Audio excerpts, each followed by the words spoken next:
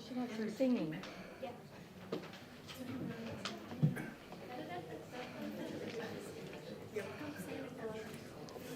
I've seen that. It's too much. Did you already do your duties? Oh, yeah, I'm done. Okay. I mean, it's technically accurate. I'm done, yeah. Okay. First time Cindy ever introduced herself to me. No one said. First time I'd ever been in this. I said, yes, I am noticed that.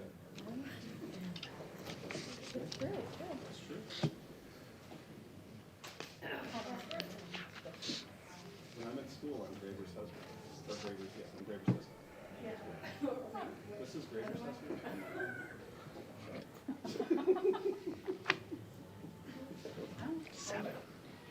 You guys ready? All right. Yep. Happy holidays, Merry Christmas, Happy Hanukkah, good evening and welcome to the December 17th, 2024 City Council meeting. It is 7 p.m. and I'm calling this meeting to order. Let's get started with our invocation, which will be led by our City Attorney, Tom Trask, and our Pledge of Allegiance. Please rise. Heavenly Father, we ask for your special blessing this Christmas season on all those assembled here tonight. We especially pray for the well-being and health of all people throughout the world who are suffering from conflict, illness, hunger, and other human tragedy. May all men and women who are less fortunate than we are be ever in our hearts. This we pray. Amen. Amen. I pledge allegiance to the flag of the United States of America and to the republic for which it stands, one nation, under God, indivisible, with liberty and justice for all. Thank you, Tom. Next item on our agenda is the Oldsmar Open Forum. Each speaker will be recognized once and will be limited to a 5-minute comment on any subject that is not scheduled for a public hearing. The open forum will conclude at 7:30 p.m. If you have filled out a speaker card, please hand it to the city clerk. Filling out a card is not mandatory, and you will still be given an opportunity to speak. When speaking, please state your name and your address for the record. Was there anybody on this side who'd like to come speak to the council? How about this side? Come on up.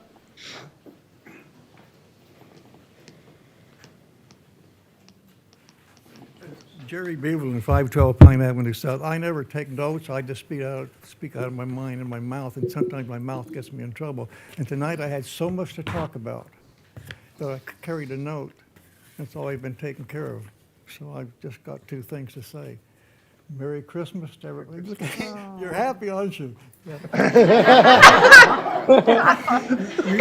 me a little chilled. Merry Christmas. Merry Christmas. Merry Christmas, Jerry. Your prayers are always welcome. Thank you. You do incredible.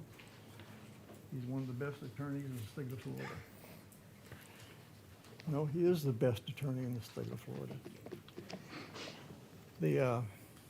Now you got me all hold up. I don't even know where I'm going now. I'm just going to say that the Palm Harbor Historical Society invited me to come and speak before them about 2 or 3 months ago. They wanted to know the history of Oldsmar. And there was about 50 people that showed up at Palm Harbor, who is not a town.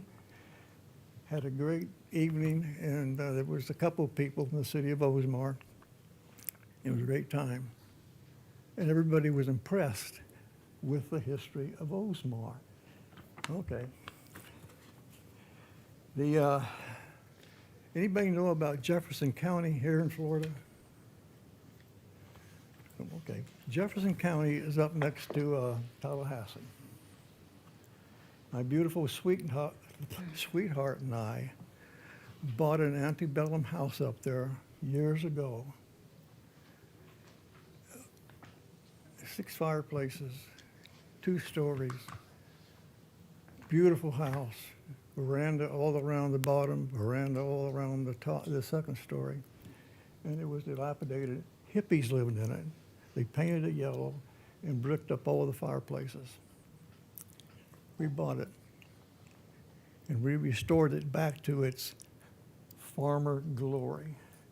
Took out all the bricks, had the whole house painted, big house, painted white, new roof.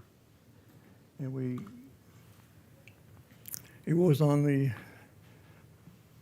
Florida and South of Georgia tour of homes. There was 5 Southern belles out there with their big dresses and beautiful. And we took most of our furniture that was in our house. It was all 17th, 18th century American furniture. One of the biggest pieces in there, we owned the table and the 12 chairs that came out of the White House, Abraham Lincoln's dining room. I bought that back in the 70s. My wife bought it for me. So the 12 chairs was in the house that Abraham Lincoln used when he was president of the United States. It was a glorious time. And the woman up there, the Historical Society of Monticello, Florida, that is in Jefferson County, next to Tallahassee. Jefferson County, the city is Monticello. And the people told me, the bigwigs of Monticello said, we want to have a lady guest that will stand at the door and welcome people. I said, no. The lady that's going to stand at the door is a lady that used to live in this house and grew up. Oh, well, you can't have her. I said, you want my house to be on the historical walk? She'll be the guest. I do that every time. I got wait. There's a couple of things. Y'all can't answer me. I know nobody on the council can talk. Okay, I finally got that. And you won't let me talk during the council meeting, so I got to do it here. And I'm sure everybody would be glad. I'm glad he's not going to say anything. He'll go on home. Item 12.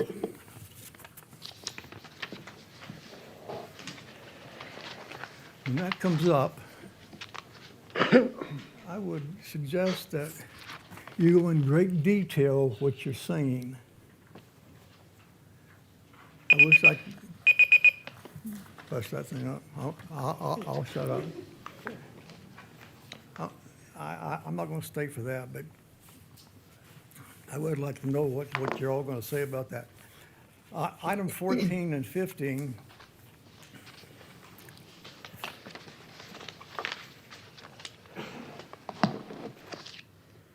It's a little confusing that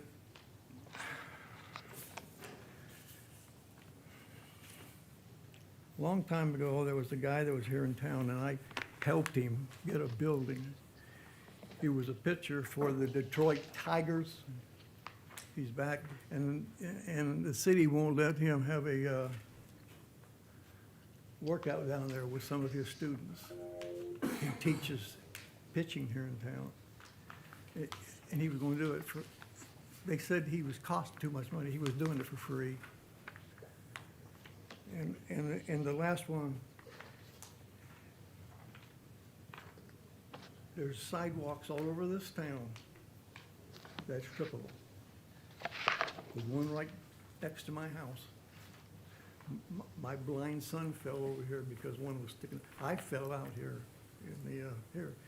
I don't know who checks the sidewalks in this town. If that's what causes $27,000 that we're paying somebody, or the insurance company is, somebody needs to check the sidewalks. They're all over town. Merry Christmas, Happy Hanukkah, have a great year, and I love you all. Thank you. Merry Christmas, Jerry. Thank you for coming up. Anybody else like to speak on this side? Anybody? All right, we have, oh, come on up, John.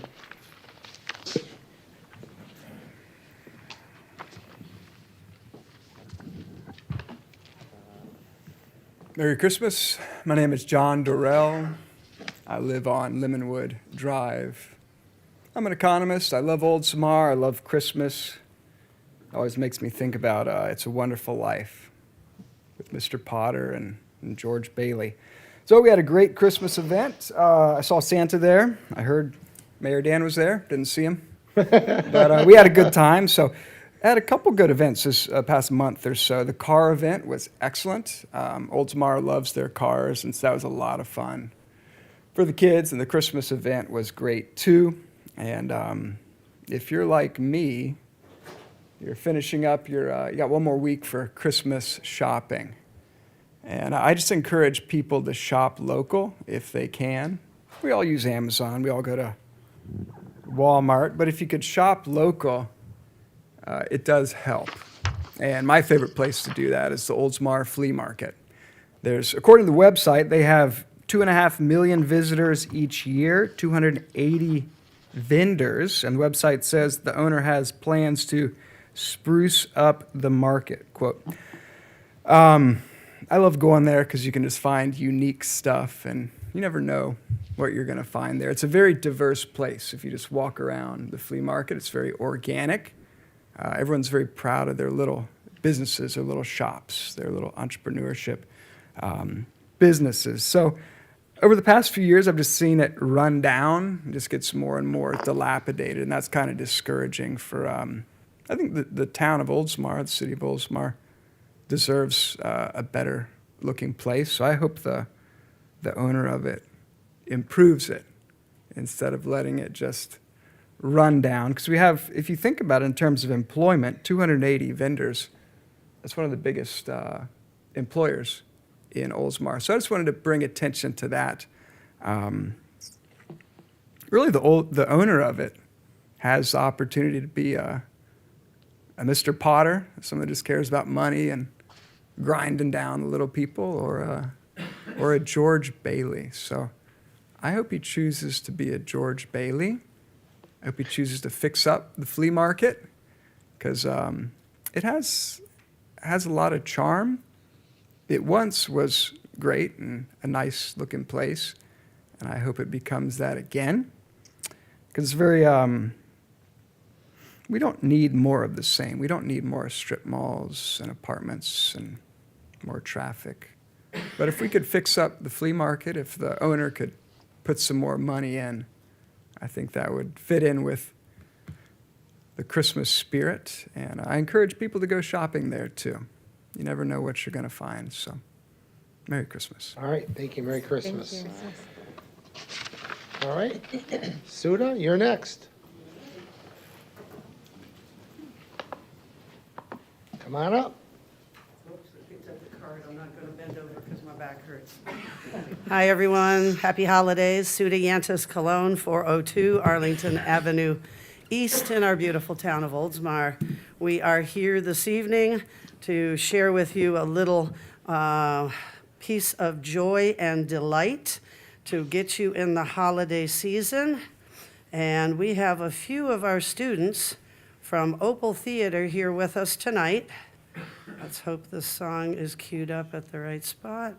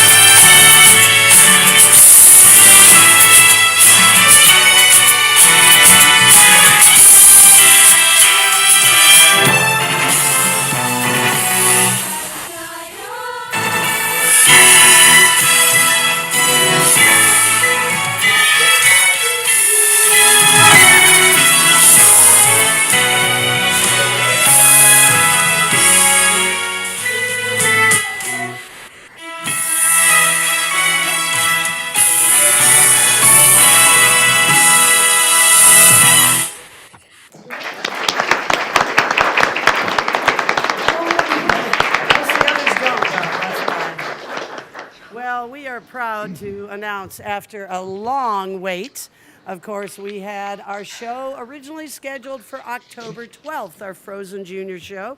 So our students have kept working hard, and our show date is coming up this Saturday, December 21st, 2024, 7 p.m. at the Elizabeth Smith Amphitheater stage at Ari Olds Park.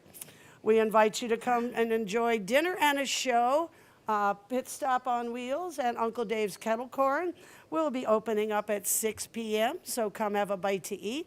And we say enjoy dinner and a show at the park. We have over 25 students in our theater play. We did lose some with the storms. We're sending lots of prayers. We didn't lose them with the storms. They lost everything with the storms. Sorry, I didn't phrase that quite right. They're in our hearts and even in our playbills, wishing them prayers and good luck to get back into their homes that are displaced. And we still send out a lot of prayers to all of those that are still struggling with the challenges from our double whammy back in, I guess, October now, right? So we would like to thank, of course, City of Oldsmar, Upper Tampa Bay Chamber of Commerce, Ed and Ginger Realty. I know Ginger's here tonight, Knights of Columbus, and Express Oil Change as our sponsors for this event. And we hope you all can come out. Should be about an hour and 15-minute show. And it's going to be beautiful weather. And council, we would love for any of you to join us, either before or at the end of the show. It's always nice to have somebody besides me speaking up there when we're running our shows. So I always appreciate your support. And if we could, I'd like to have my kids make sure we pass out a few of these. Go to the audience and see if they want. We did some, hand some to council so they don't forget about us. Hand some to the audience. I should have been doing this while I was doing my announcements. So this is Disney's Frozen Junior, Saturday, December 21st, 2024 at 7 p.m. down at the beautiful R.E. Olds Park. And we hope you guys can plan to come out and join us for a great show. And it's free, thank you. I didn't do notes today, so I'm winging it. Usually I can talk in front of an audience by winging it, but somebody usually has to remind me one or two items that I forget about.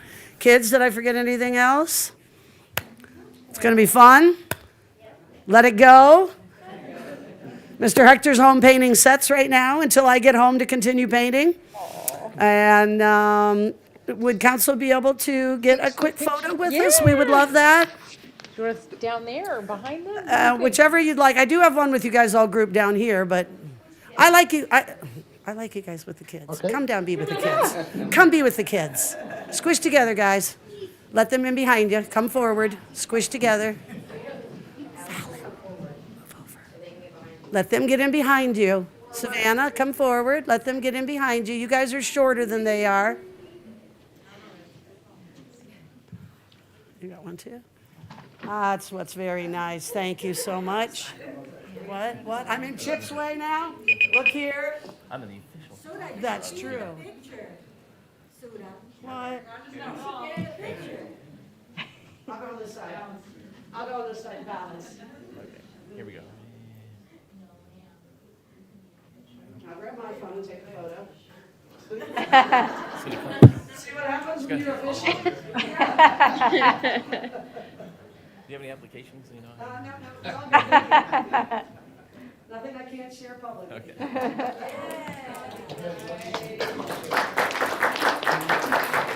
And as they exit tonight, they're going to bring you, give you a little idea of what's coming up. This is called Finale Part 2, which has some of our favorite music in it.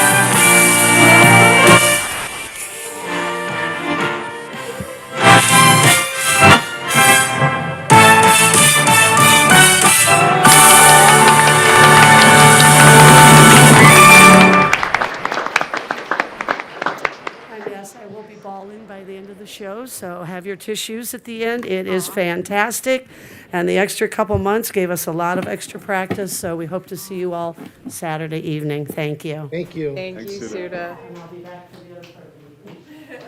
So cute. Anybody else that would like to speak to the council? With that, I'll close the open forum.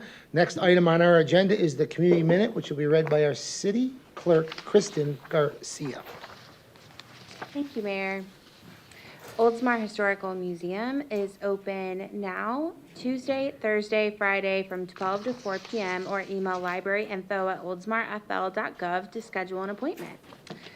Upcoming events include an art exhibit, which is now through January 13th at City Hall, and tree recycling is from December 26th to January 24th at Ari Olds Park. And that's all I have. Okay, thank you. And next item is approval of additional new agenda items, which are 13 and 15. I need a motion for approval. So moved. Second? Motion is second. Any other discussion? All in favor signify by saying aye. Aye. Any opposed? Motion passes. Next is our consent docket. This will be read by our city clerk, Kristen Garcia. Thank you, Mayor. Item number 1, consider approval of minutes of December 3rd, 2024 council meeting. Item 2, consider approving payment to legal counsel for November 2024 legal services. Item 3, consider awarding the purchase of grounds maintenance equipment to Wesco Turf under the same pricing terms and conditions of Florida State Contract Number 2510190021 STC. Item 4, consider purchase of a trailer-mounted main lift station emergency bypass pump from Xylem under the same terms and conditions as the Florida Sheriff's Contract Number FSA 23 EQU 21.0, item number 313. Item 5, consider the first of 5 automatic renewals, including a CPI increase of 2023-014 ITB citywide janitorial services to Net Facility Services LLC. Item 6, consider awarding the purchase of flatbed 16,000 number GVWR trailer from Texas Trailers per the pricing terms and conditions of FSA contract FSA 23-EQU 21.0. Thank you.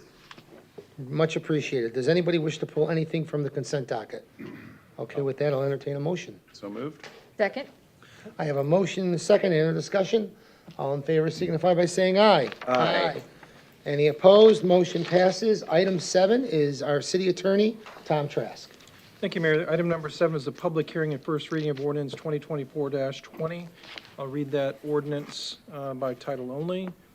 Ordinance 2024-20, an ordinance to the city of Oldsmar, Florida, amending the limited manufacturing M1 district of section 5.7.6.2 of the Land Development Code to include the assembly and manufacturing of gun parts and to amend section 5.72 of the Land Development Code to remove arsenals from the list of prohibited uses, providing for conflict, providing for severability, providing for codification, and providing an effective date of this ordinance. That was the first reading of ordinance 2024-20 by title only, and I believe Mr. Jackson is going to make a presentation tonight on this.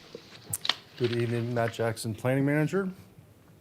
Tonight, we're going to discuss a text amendment to the M1 district uses with city case number CA 24-07. Bay CNC Machine, located at 305 Scarlet Boulevard in the M1 district, has been a local business since 2015, specializing in manufacturing items such as medical, aerospace, and hobby parts. The owner is requesting to expand the business to include the manufacture of gun parts. The absence of provisions for the manufacture of gun parts in the M1 zoning district prohibits the approval of this use and the proposed business expansion.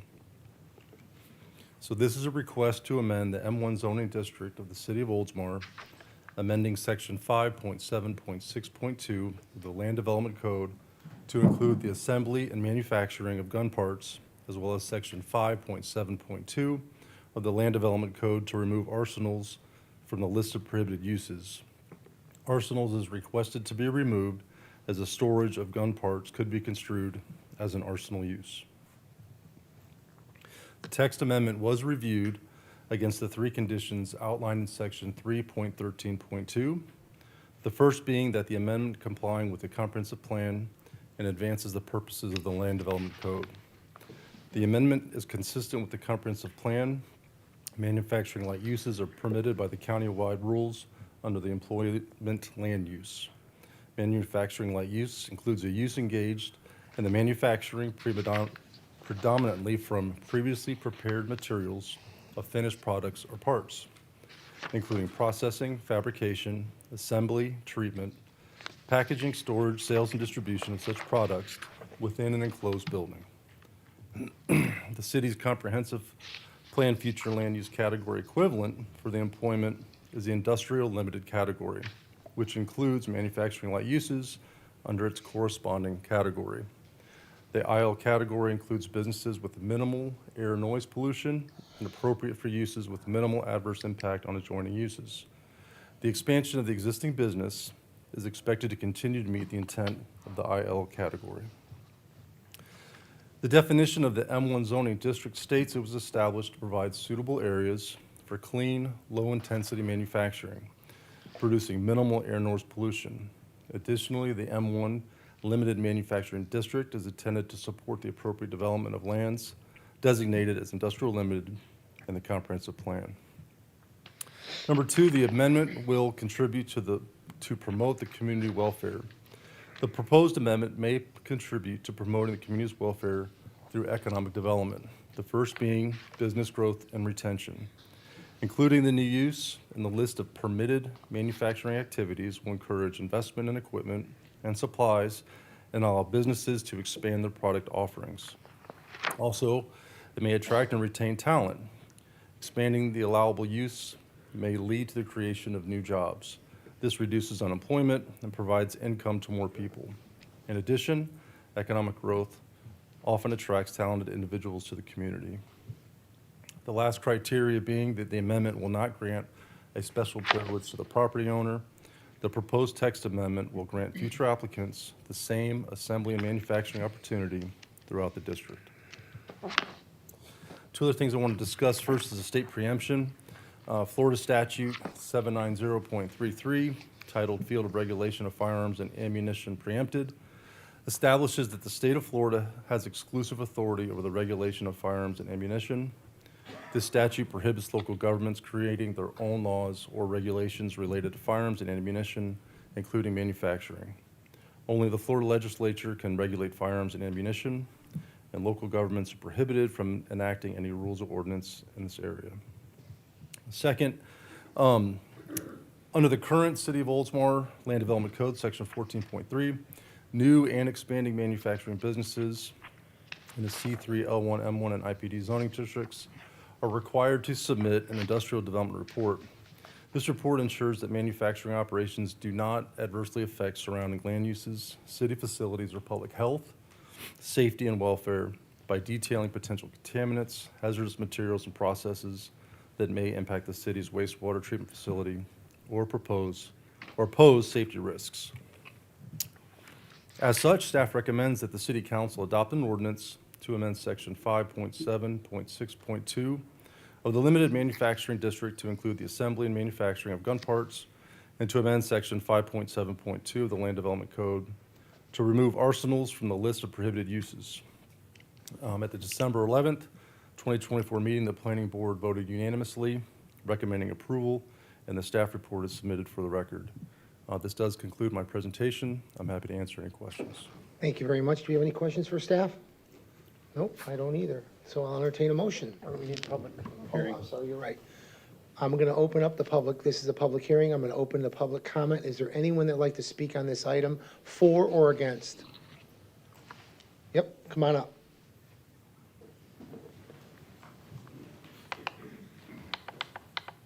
Good evening, Council. Jason Sanders, 101 South Bayview Boulevard, with Power Clean Corporation, local manufacturer, and also a board member of the Chamber of Commerce.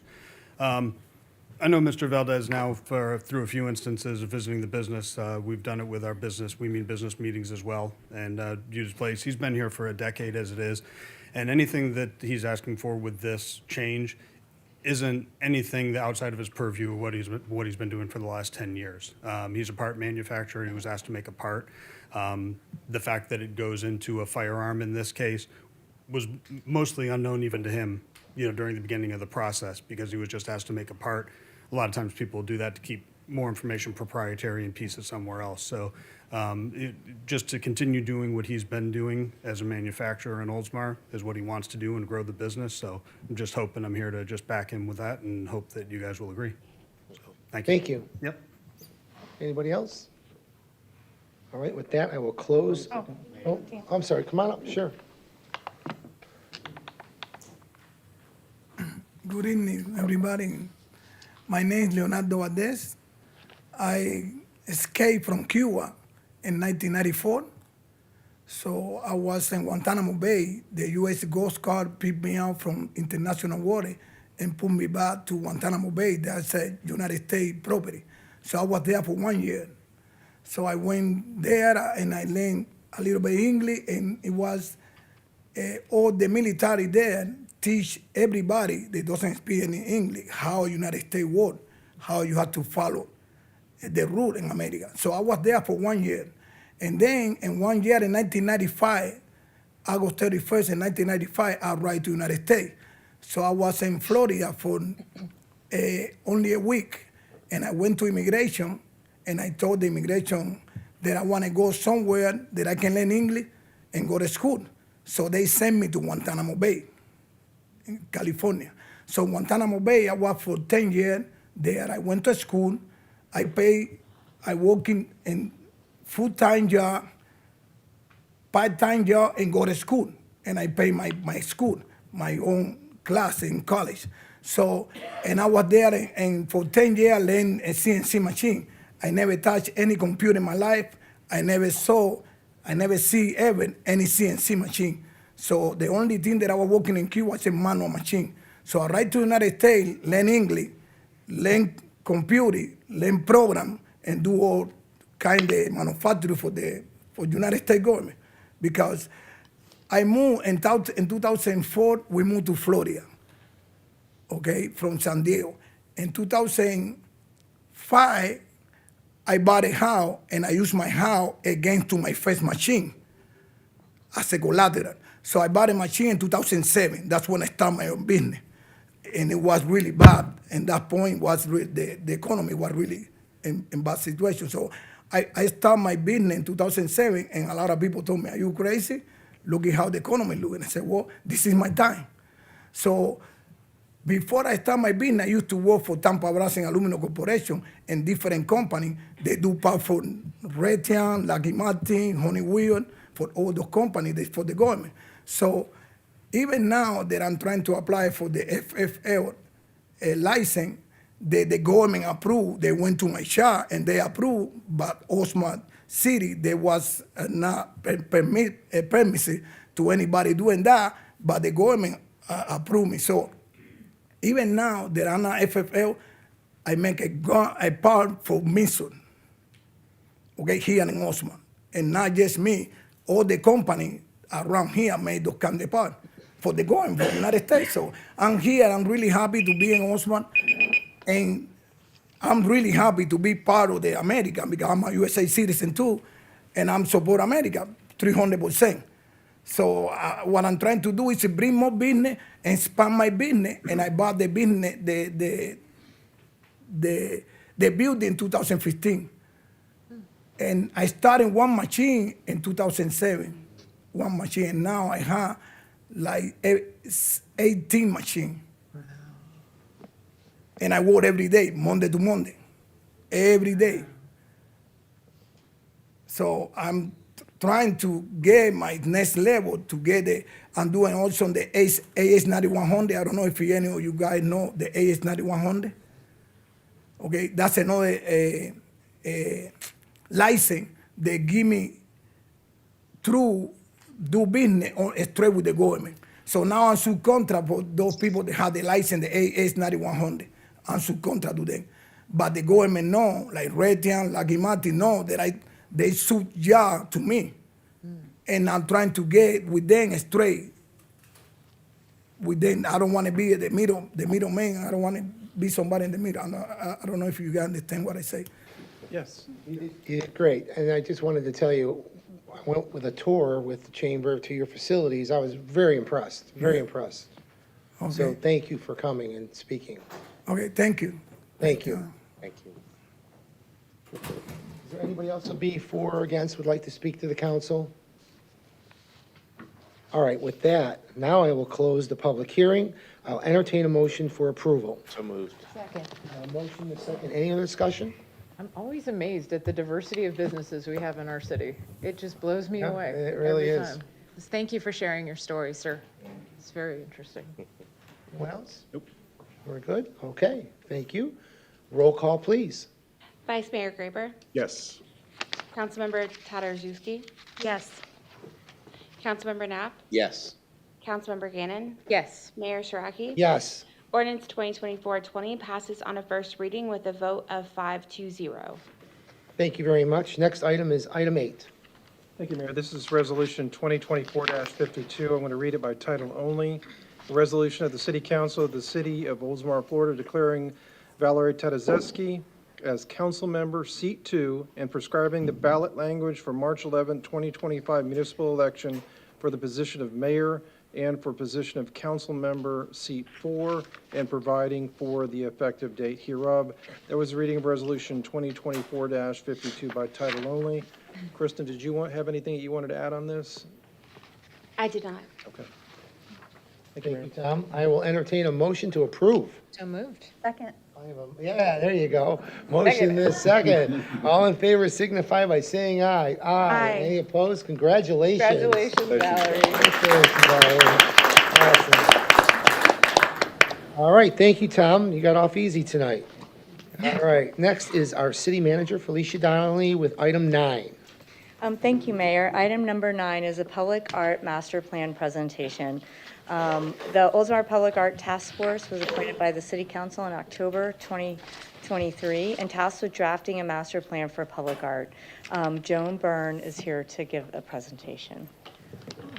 But before we begin, while the purpose of tonight's agenda item is to present the public art master plan, it's also to recognize the wonderful people who worked on that task force for a solid year. As the city's cultural arts programmer, I have the honor of presenting the plan, but the recognition for the plan development really goes to the thoughtful and diligent citizens who served on this task force throughout the entire last year. And at this time, I'd like to ask Mayor Saraki if he would come down to present these citizens with their certificates of appreciation.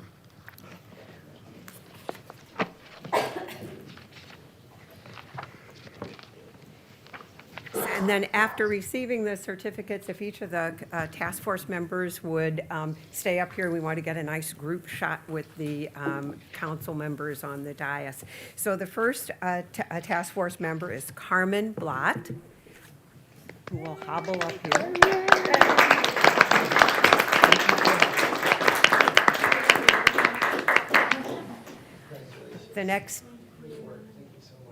The next task force member is Michael Helfrich.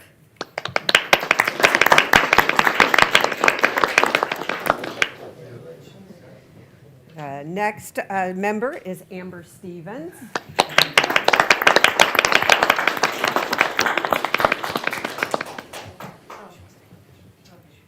And Suda, Yantis Colon.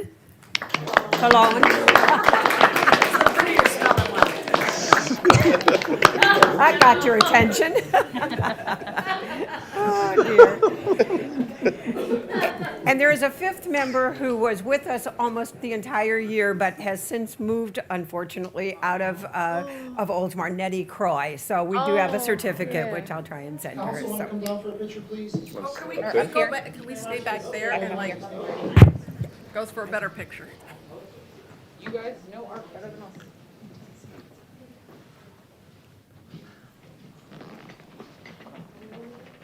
You're all in there. Yes, no? What? Some are trying to escape. Okay. Are we ready? Smile.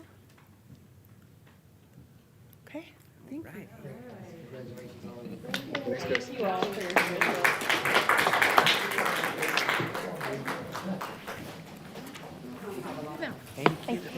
you. I can't thank these folks enough for their hard work, their thoughtful discussion, and their commitment to actually producing a public art plan for the city of Oldsmar. So now on to the actual plan. Okay, here we go. The Public Art Master Plan, which will be posted on the city's website after tonight, contains a number of introductory sections that define, what is public art, why is public art important, has an inventory of existing public art in Oldsmar. And in the interest of time, I am not going to go through all of those sections of the plan. I'm going to get right into the meat of what we did. From the very beginning, this task force wanted a process that would ensure that the plan reflected the Oldsmar community. And as such, it started with a community survey to help develop a mission statement for the plan. It was their goal, the task force's goal, to make sure that what they produced really accurately reflected the aspirations of what the community wanted to see in public art. The survey and the detailed results are included in the appendix to the plan of the document, and the results were used in developing the following vision statement. All righty, so this is the vision statement that came out of that survey. The Oldsmar Public Art Program envisions a community where public art serves as a catalyst for beautification, creativity, and community pride. It pledges to infuse memorable artwork that celebrates the city's unique identity and history. It will develop a public art program that will benefit all who live, work, and play in Oldsmar, and envisions a city that is known for its parks, but remembered for its art. So you have to know that at least two of the people on this committee were also on the Parks and Rec Advisory Board, so we had to put the word parks in there for that. So one of the first things we had to do was really to sort of define the guiding principles that we wanted to have in this whole public art plan. It was a way of operationalizing the vision statement. And the committee identified principles that would be used for all public art projects. And the first one is artistic excellence. Now, what do we mean by that? It means that we want to acquire works that reflect the best, the best that we can afford in public art. The second item was inclusivity. And that is, we want to seek ideas and participation from all segments of the community and operate with transparency in selecting the artwork that we come up with. Diversity.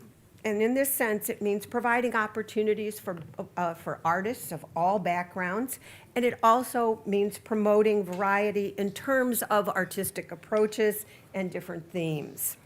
Creativity, selecting art that celebrates the uniqueness of Oldsmar, and art that promotes, and this was a really important phrase that they wanted to be sure was in the plan, promotes a lifelong emotional attachment to the community. And when you think about things like, for example, the Love statue in Philadelphia, it kind of says it all. And they want to have public art that has that that people react to it and feel ownership of the artwork.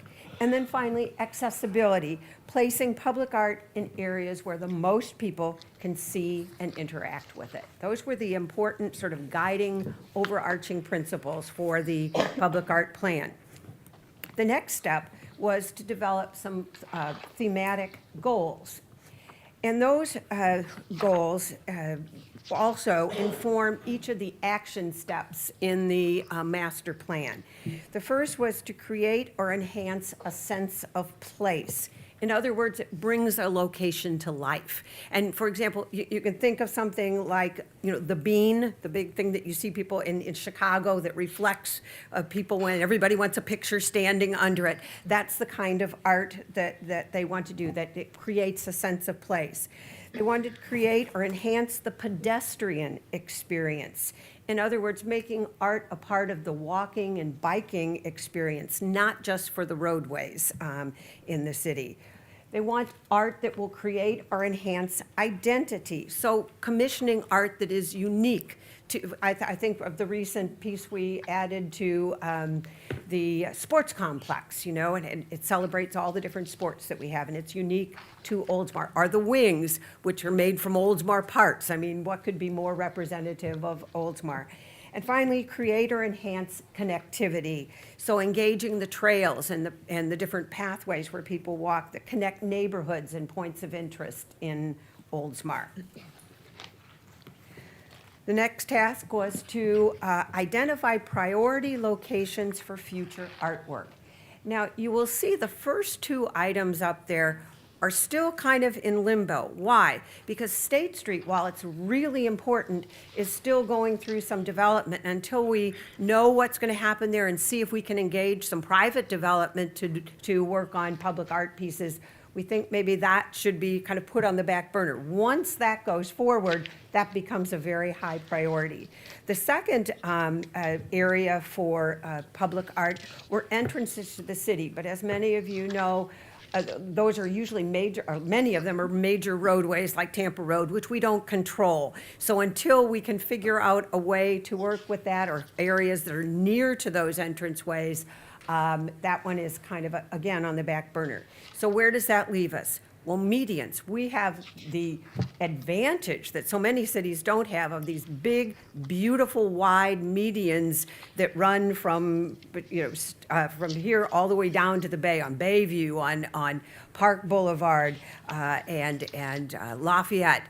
Taking advantage of those medians is something that's really important. The trails, again, to bring in the importance of a walkable community, a rideable community, and then parks. But many of our parks already have some artwork in them, but we can certainly, they're under the control of the city, so they're a logical place for us to place public art. And we know people use them and see them and interact with them there. So the next thing was to develop an actual action plan with objectives that were short-term, kind of medium-term, and long-term. And those are sort of our approximations of what a short-term, medium-term, and long-term action steps would be. And this, they also focused on a proposed public art advisory board who would be responsible, and we can talk about that a little bit later, that would be responsible for helping to move the plan forward. A plan is a document, but it needs somebody to be a cheerleader, to keep pushing, to make sure that it gets implemented. And so they are suggesting the appointment of a future public art advisory board. So looking at what are some of the I'm just going to go through some of the highlights. These are all of the things that they identified, but some of the highlights, I think, of the short-term objectives are developing policies and procedures to ensure quality and fair artist selection, and we've already got a head start on that. Developing materials, and this is a really important one, I think. Develop materials for the planning department to use in plan review to encourage private engagement in public art. Really promoting the benefits, and there's been a lot written about the benefit of public art to individual private developers. First of all, it makes their site unique, it makes it a place where their employees can enjoy the artwork, but it also has, it helps them to recruit, and it shows their commitment to the community. So I think there are ways that we can work with our private developers to encourage them, at least bridge that conversation when they come in to have their plans reviewed. And the last is to develop a plan for leasing artwork. A number of cities in the area, and throughout the country actually, do a lot of leased artwork. Many artists have things ready to go in their studio and are willing, at a very reasonable cost, to lease them for a year or two to cities. It gives you the opportunity to have more pieces faster at a lower cost and helps you to expand the public art collection a little more quickly. The next are the medium-term objectives, and some of the highlights there, in addition, you have all the things that are listed up there, but creating interactive and participatory education content. I think maybe it's because I was a teacher at one point. I always believe that it's important to provide educational materials. You know, what was the artist thinking when they did this? What does it represent? How does it represent the city? Those are all things. And maybe at some point we'll develop an art walk similar to what we have with our history walk. And I think as the collection expands, we're going to want to do that. Develop a kind of a proposed planning cycle. Now, obviously, all funding and planning depends upon budget. We realize that, but at least proposing a cycle where on a regular basis, whether it's every 2 years, 3 years, 5 years, we commission a piece, maybe in the interim we lease pieces, and maybe we just fund some smaller, more functional art pieces. And when I say functional, say a bench that is designed by an artist that has some unique qualities, those kinds of things. And then finally, implementing annual community engagement art projects where the community comes together to actually create artwork. We find that's a wonderful way to build support for public art. And then finally, the long-term objectives. The highlights here, obviously, it always comes down to funding. So establishing some kind of a funding plan that includes not just public money, but private and foundation funding sources. And it's going to take a while to develop that kind of funding for public art. Establishing an art-focused event. I think it's important. I think it's doable. It's going to take a lot of effort. I'm a one-person, part-time department of cultural arts, so it will take some doing. But I think that as we build support for the arts, we'll have a strong volunteer base too. And then finally, building support for public art in neighborhoods, letting homeowners associations and neighborhood associations actually propose something for either their entrances or somewhere in their common areas. So those are all the objectives in our action plan. The master plan also includes things like a copy of the city's public art ordinance, the community survey, the results of that survey, and it also includes a draft for your future consideration of a donation policy. And that, while it's important to a public art program, this policy would also help a lot of other parts of the city. For example, the historical collection. You know, sometimes a donation policy would include protocols for accepting or rejecting certain materials, and it would clarify ownership, it would clarify maintenance and disposable responsibility. So I think it's a really important thing, and it doesn't just apply to public art. So at some point, hopefully we can bring back a policy for you to consider at a later meeting. The plan also recommends the creation of a public art advisory board and outlines some of the potential duties and responsibilities of that board. And like the draft donation policy, this would need to come back to the city council for approval. There we go. I want to conclude this presentation with a quote from a report by the American for the Arts, which is a national organization. And this I am going to read to you. Public art does something that neither a public place without art, nor even a museum with all its art can do. It can capture the eye and mind of someone passing through our public spaces. It can make us pay attention to our civic environment.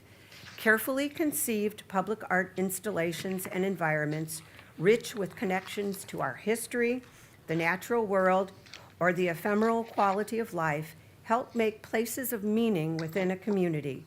Most of all, public art creates a sense of civic vitality in the cities, towns, and communities we inhabit and visit. Again, I want to thank the wonderful group of citizens who participated in this process, to the City Council for their encouragement of developing a plan, and for the opportunity for myself as a staff member to help make this plan become a reality. And the very last slide, it will come up. I love this quote. Public art is like a big hug from the city. So thank you. Great job. Well done, Joe. Well done.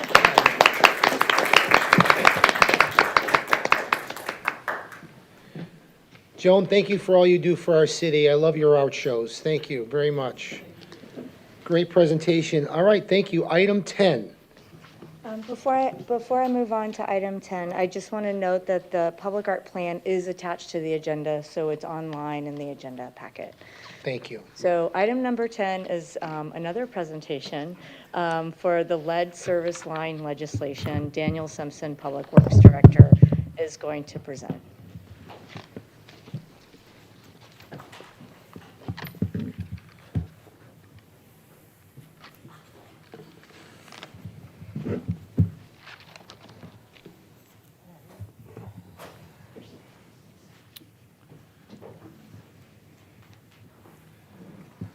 Well, I'm Daniel Simpson. I'm the Director of Public Works. We recently sent out a letter to over 3,000 people, and I'm here to talk about it a little bit.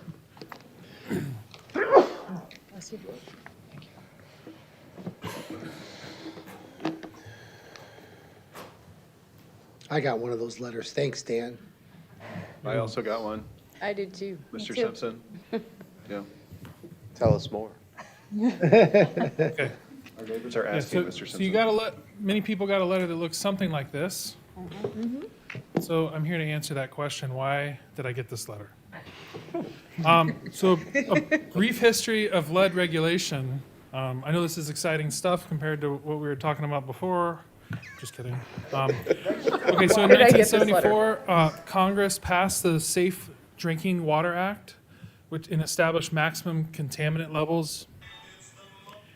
In 1986, Safe Drinking Water Act was amended to prohibit the use of lead pipes.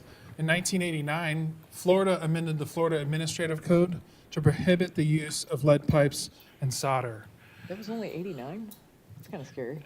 In 1991, U.S. Environmental Protection Agency issued the lead and copper rule, and there were revisions in 2000, 2007, 2021, and 2024. The big revision that occurred that basically caused a lot of the activity we're working and going to talk through is the lead and copper rule revisions required in 2021. I highlight in bold the 1989 because that's really the date. If your house was built before or after that date, you can be pretty confident that you do not have lead or galvanized pipe. So when we get a new regulation and the utility, the immediate reaction is, what are we going to do? So it's what does this law say? What does it mean to us? How long do we have to become compliant? What does the reporting look like? To whom do you report? Do we have adequate resources to comply? And what's the plan? So we often have a process of trying to adapt to that regulation. So really, for this regulation, it's what's the end goal? So by 2034, we're required to have identified and validated all public and private service line materials, replaced all lead or galvanized requiring replacement, which is GRR. I will call it galvanized for the rest of the presentation. Piping under the city's ownership, and we will have to have encouraged replacement of privately owned service lines when material is lead or GRR. So what's difficult about this rule was we don't really have any records of private service lines at all. And we have limited records of our service lines. We also, every year, starting in 2024, we need to have an inventory, and we need to submit that inventory to DEP, and we need to notify all customers that have lead, galvanized pipe, or an unknown material. So much of what we're talking about is the service line. So you might be asking, what is a service line? You see the diagram here. Number one is pointing to the water main. That is a very large water main in that picture. That would be about It's as wide as a car. Swim in that. most of ours are 8-inch lines, so they're about that big. Image not to Not to scale. And then there's a 2-inch, well, it is Number usually a two. 2-inch line, but number two is the city's service line, which connects the water main to the meter. Number 3 is the meter, and number 4 is the privately owned portion of the service line. This legislation doesn't have anything to do with anything inside the house, okay? So, 1 and 2, the city owns, and 3, and then 4 is the residents. Normally, we place the meter right at the, we try to place it right at the property line. Okay, so why is lead important? If you have a lot of lead and you drink a lot of lead, it can be very bad for your health. It can have negative effects on children, their ability to learn, their IQs, behavioral problems. Unborn children during pregnancy can have increased risks of adverse effects, and adults can have increased risks of heart disease, high blood pressure, kidney, or nervous system problems. And this language was required to be in the letter we wrote. Okay, so we've been sampling for lead in our water system for years. That is not new. And so our sampling of our water, we've had such historically low levels, like historically we've had low levels of lead and copper. And so we have a reduced sampling regimen. So we sample every 3 years, and our results are consistently below 10 parts per billion. The EPA action level is 15 parts per billion. We also have a corrosion inhibitor,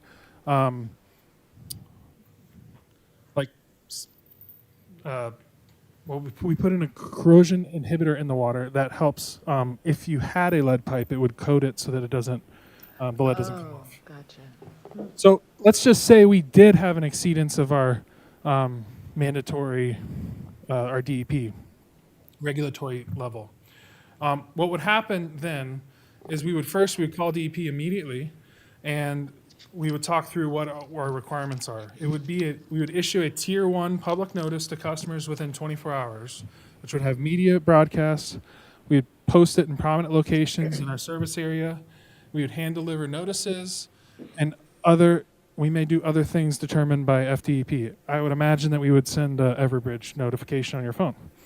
Then we would send a copy of the tier 1 public notice to DEP and the EPA, and send certification to the Florida Department of Environmental Protection that the public notice met all requirements within 10 days. So that is just to say that if we had an exceedance in our water system, we would be notifying everyone. We would know it, Yes. and that's never happened.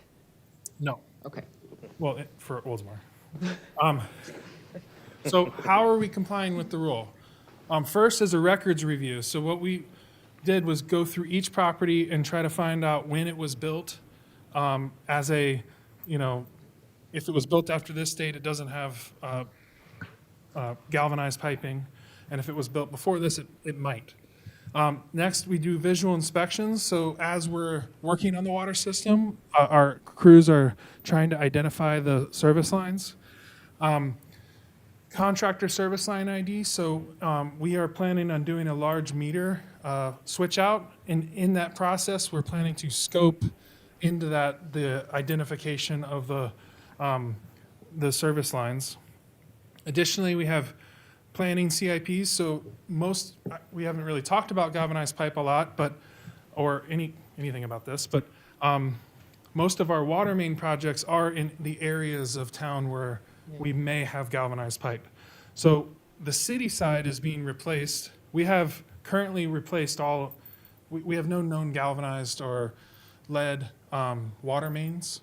Some of the service lines may be galvanized, but many of those are being replaced with the downtown water main project, the Harbor Palms project, and our next one is what we call the Country Club project, which is the South Oldsmar infrastructure project.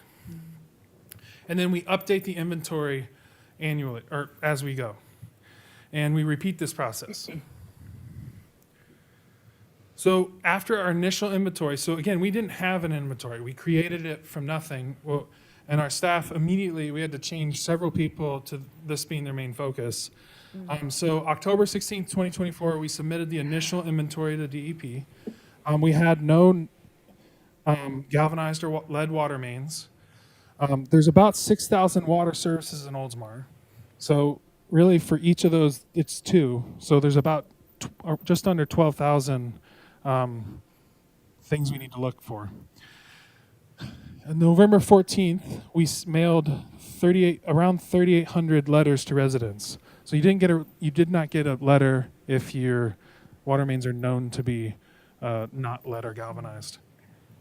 So in that 3,800, we have no known lead service lines, and less than 10 of the service lines were galvanized, but most are in the unknown category. So how can you help? We've developed a pretty nice website and survey. If you go to the website, if you go to the water portion of Public Works, on the left side, there's a service line inventory. I encourage you to click on that. I would go through it on here, but it's wonky. But on there, we have a lot of information that's very helpful if you want to learn more about this. But either way, if you click on this lead service line inventory, it's a survey that you can fill out to help identify your service line. And also, how do you identify the materials? You have up here pictures of them. Lead is a dull silver gray color that's easily scratched with a coin. And if you use a magnet, or really strong magnets, it won't cling to lead pipes. Excuse me. A galvanized pipe is dull silver gray color, and if you use a magnet, it will stick to that. Copper looks like a penny, and plastic, looks like plastic. So Can't help you there. This is an EPA guidance document that you can go to, and I believe that's on our website and in the letter. So if you have galvanized or lead pipes, what should I do? You can use filters properly. A certified filter can reduce lead in drinking water if replaced properly. You clean your faucet aerators. Use cold water for drinking because lead dissolves more easily in hot water, and boiling water doesn't remove lead.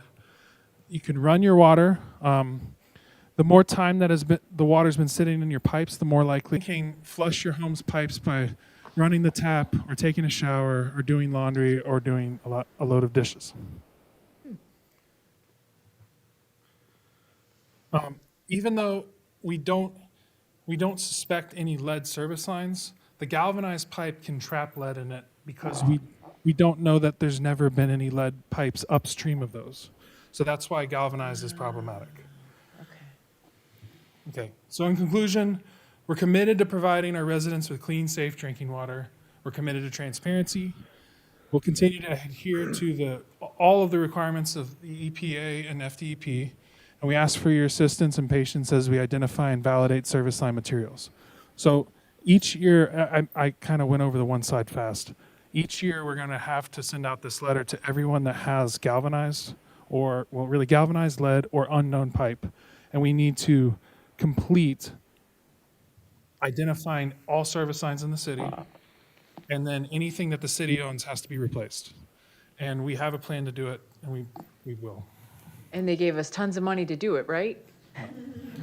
Well, I mean, there are potential grants, obviously, but we are, and that's kind of a strategy we are using for some of our projects to fund them, because they may be in this lead service line bucket. Yeah. And Thank Dan, I did have one question. So when you say that the houses that were built after 1989, then it's less likely, but what if they're built in older parts of the city? So I guess that's where I'm confused. So what, if I build a house tomorrow around the corner and it's an older part of the city, then my house was built after 1989, but isn't it the city-owned lines that we're dealing with where there might be lead or galvanized? No. I believe we go back to when the first house was built there. Is that? Right, so it's not necessarily when my house was built if I'm building it, like if I do a tear down, right? If I do a demo and I build a new house, that still wouldn't guarantee that the pipes going into the house that are owned by the city would be. It would guarantee that the service line, like your after the meter, would be. The privately owned portion of it so that would be less likely, right? I understand that part of it, but not necessarily, so it's all the city-owned stuff, we're gonna have to research all of that, understood. But it may not necessarily be when the house is built. Yes, it's less likely that the line that's privately owned going into your house because of all the regulations since 1989, correct? I just want to make sure that I understand that correctly. Yeah, that's Okay, correct. I thank mean, you. and that's why 3,200 people got letters. you Yeah, know, no, for because sure. there's a No, I lot was just going wondering, on, you know. well, the questions have been raised, and it's I don't understand that stuff, right? Like, I work in title insurance, and I establish policy at the city level, like, that's what I do. So when, I'm trying to explain it, I'm just like, guys, I don't know. You know, it's just like, I could try to find out and get more information. But I had said that to them, and I was just like, well, our houses were built, I think, 87 or something. So we're right kind of at that sort of same level. And so just for my information and for theirs, if they bring it up again, then, but like, I just wanted to make sure that was clear. Because I was a little confused as, well, what if I build the house where the service lines are? Like, yes, the pipe into my house is one thing, but the service lines that are underground that may not have been identified yet would be just a horse of a different color. I just wanted to make sure that was clear. Yes. Okay, The one perfect. thing with the city service lines, we have a little better, we have some understanding of when that original pipe was put in. Right, So, right, absolutely, okay. I have two questions. okay. Okay, the first one, in Harbor Palms, when you replaced all those water meters, did we keep track of the service lines to the homes? So we've never kept track of service lines to the homes because the legislation didn't exist and we didn't, Okay, we saw it as that's Private you know, your responsibility as a homeowner is to know your own stuff. okay. We did replace all of the service lines on the city side. Right, I know, yeah. Okay, so then my question after that is, how do you want us to do it? So I'm gonna go to where my water turns off on my house, okay? I'm gonna dig into the ground and look at that pipe, is that what you want us to do? Would that be the best Yes. way? And then look at that chart online and see if it's lead or, right? Yes. And then fill out the survey. Fill out the If survey. you have questions, call the water plant. Perfect, got it, done. Any other questions? So this is John and Jan, she's our assistant. She's gonna help me dig. I just wanted to suggest, we are not conducting water quality testing for the private service line, but you can get a test on Amazon. There are different tests for lead, testing for lead. Okay, So they're inexpensive. I've tried some at my own house, and we're not recommending a particular brand, but you can get lead kits online okay, as well, so if that helps. Interesting. perfect. Yeah, I'm gonna try to dig. I know exactly where it is. I'm gonna look at it and then look at your diagram. I didn't see that. I looked at the presentation online today when I was reading this. I didn't see that. I didn't go that far to see that. I like how you explain each pipe of what it looks like. That's perfect. Great. Any other questions for staff? Thank you for the presentation. There was a big uproar that I heard about because people got the letter around the same time as we were kind of cleaning up from hurricanes and whatnot. And people were like, it's related, it's a conspiracy. I'm like, no, it's the government telling us we have to send a letter. It was unfortunate, the timing of this, yes. Would you like to expound upon the unfortunate nature of it? No. Yeah, I mean, it was, We had to do it. we're in the middle of dealing with cleaning up from the hurricanes as a department and having to make sure that this is highly important. And I would say, part of the challenge of the public engagement was we just sent the letters out and we were, focused on getting the job done more than how Right. people are going to read it themselves, And a lot of times for me, I read something that makes sense to me, but it's hard to get in the, get into the mindset of the average person, Right. But we had to get the letters out, so it's just, you gotta do it. Well, the presentation was great. I love the link on the website. I love the diagram as well, Mayor. That was very helpful. And I had no idea that lead was not magnetic. I did not know that. I learned something. Thank That's what I'm you. here for. Yes, go ahead, Andrew. One, just to kind of clarify or add on an additional question to the mayor's point about doing this check on our own if we're not doing a water test. Is it preferable to find a point closest to the structure versus anywhere near the meter? Or does it? Either side's fine. I mean, Okay. Okay, yeah, because there could be a piecemeal approach to get to the house, right? Okay, I like that, both, I'll do both. I got new meters. Right. Thank you. All right, anything else? Nope. Thank you. Thank you, Dan, great Daniel. job. Appreciate it, thank you. All right, next item on our presentation is item 11. Item number 11 is the presentation of the community engagement efforts for fiscal year 23-24.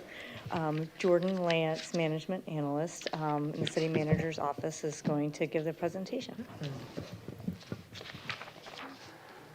can always tell. And the report is attached to the agenda item. Yeah, I was gonna say, you can always tell it's a Jordan report because it's awesome. I appreciate that.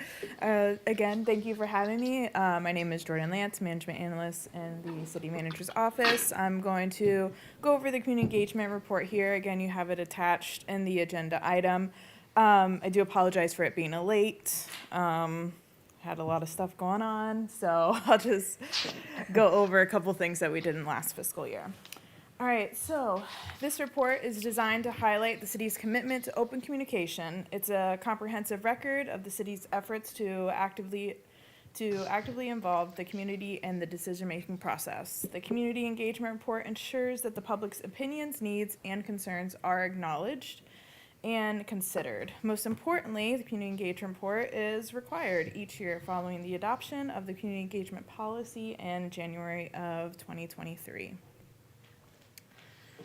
So here are the citizen engagement guiding principles.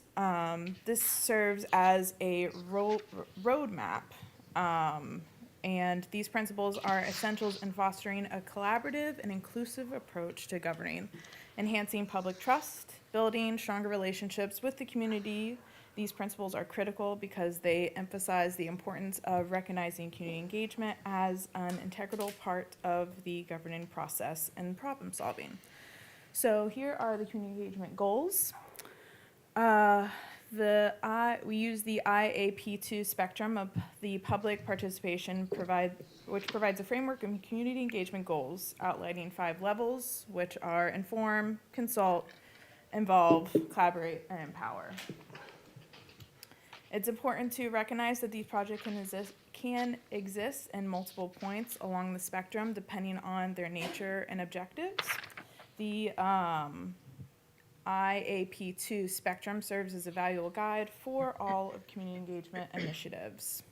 And I'm going to go over a couple of examples and go into detail of each of these. So this is inform, which is the first level. And the goal is to provide the public with balanced and objective information to assist them in the understanding the public and alternatives, opportunities, and solutions. So it's a one-way flow of communication, ensures that people are well-informed and aware of the issues. So we have some examples here. The city magazine, e-newsletter, direct mail, postcards, social media sites, podcasts, and of course, city council meetings. So the promise to public is we will keep you informed. So again, use a couple examples here. So we have the postcard here. So city staff designed and mailed a postcard to every resident to inform them about the July 17th open house. City staff utilized the social media platforms to inform residents about upcoming meetings in regards to the city hall site. And of course, we developed a YouTube video informing residents of the development process. Next example I have here is the city magazine. City continues to produce 8,000 copies of the tri-annual magazine each year, 3 times a year, hello. Copies are sent directly to Oldsmar residents, and the city magazine just received the Public Relations Award in printed material by the Florida Parks and Rec Association. So we have the second one here, which is consult. So the goal is to obtain feedback on analysis, alternatives, and decisions. So it seeks public input on issues and projects. It involves obtaining feedback, suggestions, opinions from the community, and goal aims to gather valuable insights from the public, which can help shape the decision-making process, but the final decision remains with the city. Promise to the public is we will keep you informed, listen, and acknowledge concerns, aspirations, provide feedback on how public input influenced the decision. So one example here, I'm going to use the City Hall site proposals. Again, so we had the open house on June 17th. It was an opportunity for community members to review the 2 submitted proposals for the City Hall site, directly engage with developers about the design. We encourage them to share their feedback by submitting written comments. And then for those who were unable to come to in person on the June 17th, city staff created an online way for them to view the proposals and again submit their comments. And then, of course, this was then brought to you all during this decision-making process. So the third level is involve. So here, the goal is to work directly with the public throughout the process to ensure the public concerns and aspirations are considered and understood. Excuse me. So the involve level aims to work with the community, ensuring their perspectives are integrated into the final outcome. The goal encourages active participation, collaboration, where the community concerns and desires are integrated into the decision-making process.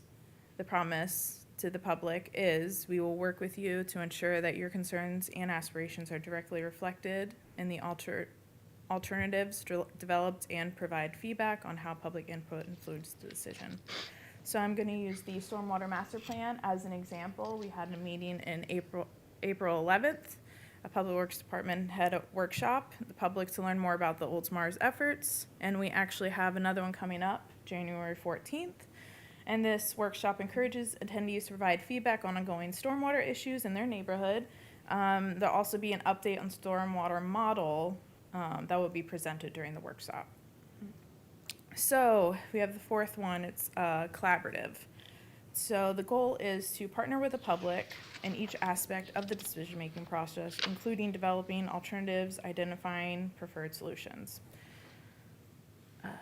The collaborative level involves a partnership between the city, the community, and the goal is to create a collaborative environment. All parties work together to develop solutions, and the city and the community work side by side. Promise to the public is we will look to you for advice, innovation, in formulating solutions and incorporating your advice and recommendations into decisions. So here I use the example of the community engagement, community visioning. So we had a workshop, and then which we had about 30 community members who attended, and they helped shape with the new mission, vision, and goals, council priorities. Participants were encouraged and discussed current challenges the city faced, and we brought those to you all during the community visioning process, which then we created the new mission and vision. And then finally, we have empower. So that is the final level. The goal is to place the final decision-making into the hands of the public. It's the highest level of community engagement. The goal is to support and facilitate public-led initiatives where the community takes responsibility for designing projects or policies. It's important to note that the empower level of engagement is extremely rare in a constitutional republic.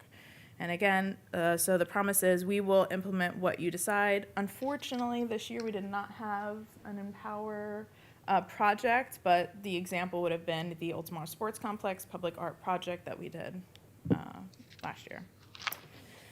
And then finally, the city's community engagement journey reflects our commitment to building a city where every resident has a stake and voice by prioritizing transparency, communication. We've taken proactive steps to keep residents informed, whether through sending out postcards, going door to door, right after the storms, handing out flyers, using our social media sites, and most importantly, we remain dedicated to actively listening to our community's voice, concerns, and aspirations.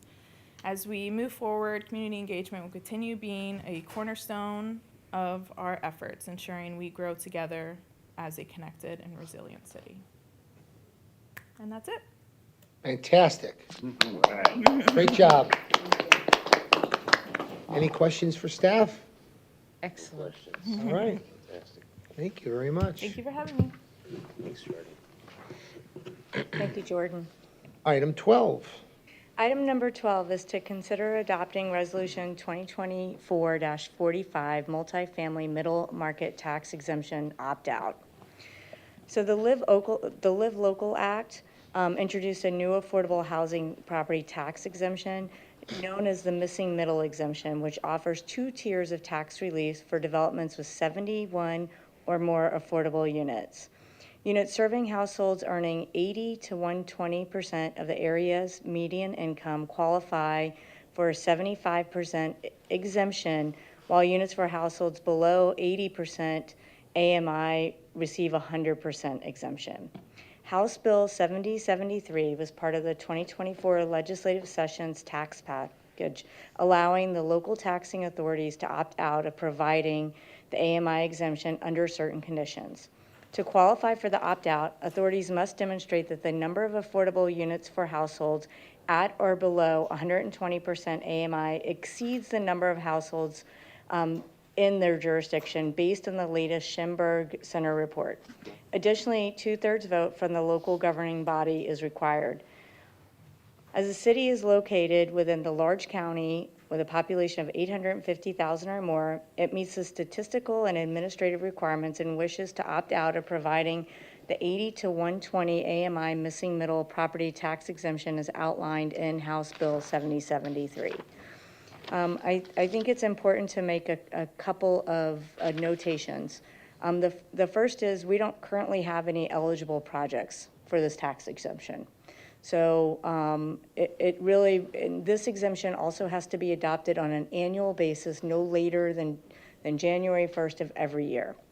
And to put it into a perspective, the AMI rent that for a 2-bedroom apartment that could be collected that would still be eligible for 75% exemption of the local jurisdictions ad valorem taxes would be that they in today's dollars that they couldn't charge more than $2,580 for a 2-bedroom unit.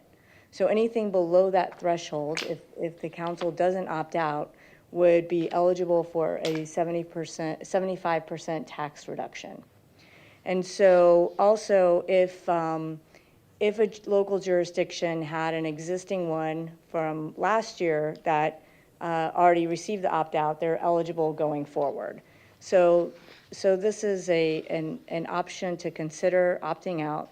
I have done a very rough inventory of all of the jurisdictions locally that have opted out. I did not go into every single agenda items. But so Pinellas County, Hillsborough County, and Pasco have all opted out. Madeira Beach, Clearwater, Indian Shores, St. Pete Beach, Bel Air Bluffs, and Seminole have also decided to opt out. So I wanted to provide you with that updated information. So I'm going to read the resolution by title only. It's Resolution 2024-45, a resolution of the City Council of the City of Oldsmar, Florida, opting out of providing the 80 to 120% AMI missing middle property tax exemption to developments that would otherwise qualify pursuant to House Bill 7073 and providing for an effective date hereof. That was a reading in title only of Resolution 2024-45. Thank you. I'll entertain a motion for approval. Moved. Okay. Any other discussion on this item? Councilmember Knapp? Just a comment, with this particular exemption or this incentive that was intended by the bill, it's just rather extreme and kind of benefits those developers that create these areas for affordable housing. And while I think we all support and identify that there's a need for more of that, this is again, it seems so extreme in terms of one lever to be pulled to try to incentivize it, when I'm sure there's better opportunities out there to try to do it, not at the detriment of us being able to help support those developments when they come in. Because if we're only getting 25 or 0% of ad valorem on that, that's a pretty significant hit to us. So I think that's just what I want to say. Point. Yeah. Yes, Valor? Just to clarify that this will not affect any of our current affordable housing here in Oldsmar. That's correct. Okay. Councilmember Gannon, anything? I would just essentially echo what Councilmember Knapp said. I mean, even if, a particular development in the future does qualify for this, the city still has to provide essential city services. I mean, we still have to provide fire and water, and we have to, fund that somehow. So I agree that there are that's a good way to put it. There are different levers to pull to allow or make it easier. Encourage it, right? Encourage the types of development, but essentially forcing cities to foot the bill for it in the form of a preemption. For right now, it doesn't work for Oldsmar. I'm not saying it would never work. That's why we have to review this and do this annually. I can't envision a scenario right now where we would want to forego, that's a large percentage of tax dollars. But this is correct for us right now, I believe, opting in. You know, I just agree. I'm glad we bring it back every year so that, like, things can change. Like Councilman Gannon just said, things could change. So with that, we have a motion and a second. All in favor signify by saying aye. Aye. Any opposed? Motion passes. Item 13. Item number 13 is to consider the approval of a special event application fee waiver request and the use of the city logo for the Upper Tampa Bay Chamber of Commerce's Oktoberfest event to be held in January 31st to February 1st of 2025. The Upper Tampa Bay Chamber of Commerce has planned to host one of its major fundraising events October 1st, this past October at Tampa Bay Downs. However, due to Hurricane Milton, the event was canceled. In an effort to continue its fundraising efforts and to enhance the unique event experience for residents and visitors in Oldsmar, the Chamber is planning on hosting Oktoberfest from January 31st through February 1st at the City Hall East Lot. It's anticipated to draw over 5,000 attendees throughout the weekend. This item requests the waiver of fees in the amount of $6,130. Consistent with the special event guide, the Upper Tampa Bay Chamber of Commerce requests that the city waives the fees associated. All other external costs will be the event organizer's responsibility as outlined.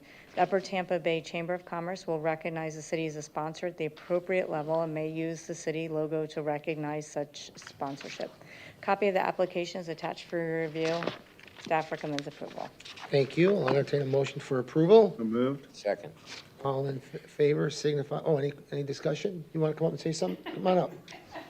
I saw you waving. I got you. There's a lean. I'm sorry. I didn't want to interrupt, but just one slight detail. It's actually February 2nd. Oh, Not okay. February 1st. That's a big detail. That's Yeah. It's a not different date. small. So if you could correct that, yeah, we will be January 31st through September 2nd. It's a long beer fest. Yeah, it's a long October. Yeah, let's just go to the February real 2nd. I won't October. push it. All right, February 2nd. You need to get creative with the name, like Did you want to come up, Dave? Jantoberfest. Yeah. Jocktoberfest. Is Yeah. there, Sir. is there going to be carnival rides and stuff? There will not. No? Okay, No. Just making sure. Yeah. Just German Maybe beer. we're thinking like Milton Fest or something, but maybe not. No, there won't be a carnival or anything for this as well. This will be more suited as a more traditional just beer festival. We've separated it out to have a full gaming area that runs the entire time and everything. So we're going to have different events and everything as well. So there'll be some vendors there for children's activities type, but there are no carnival or anything like that. So it's cool if I bring my kids to Power Clean and you can explain that to them? That Yeah, there's not gonna be absolutely. Yeah, rides this they can come cry to me and yeah, The wood cutting, I'll bring a the pony. wiener dog races. Yes, wiener dog races, wood cutting, stein holding. We've got some other events we're putting on as well. Like I said, we're doing a whole area that's just events this time. So Can they hold we'll a have some stein? kid events as well. They can pretzel eating No. contest for the kids. Apple juice. What Yeah. are you talking about? I didn't say what had to be in Water it. You can hold it. Okay. So sorry to interrupt. I just wanted to make that You're clarification. I thought it was maybe a little important. Yeah, we need the date of the event. That's Good job. gonna be- I'm excited. All in favor signify by saying aye. Aye. Any opposed? Motion passes. We are on item 14. Item number 14 is to consider the agreement for the use of recreation facilities with Oldsmar Little League. The City of Oldsmar partners with the Youth Sports Organization to provide recreation-based sports activities at the Oldsmar Sports Complex. The item recommends the approval of an agreement that utilizes baseball, softball fields, 1 through 7, located in Phase 1 portion of the complex. The agreement reflects a field allocation that considers a number of players served by the organization. Based on their needs and goals, Oldsmar Little League is allocated field space Monday through Friday, 5 to 11 p.m., and Saturdays, 8 a.m. to 3 p.m.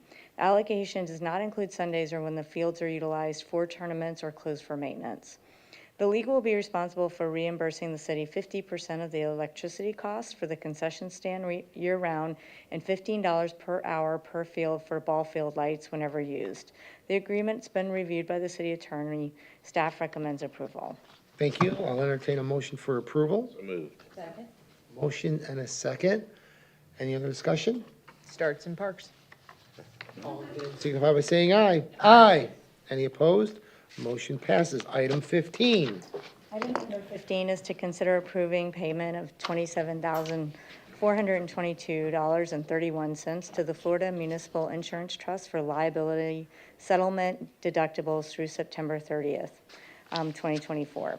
The attached invoice for $27,422.31 payable to the Florida Municipal Insurance Trust represents deductible payments due from the city for insurance liability settlements related to claims paid through September 30th.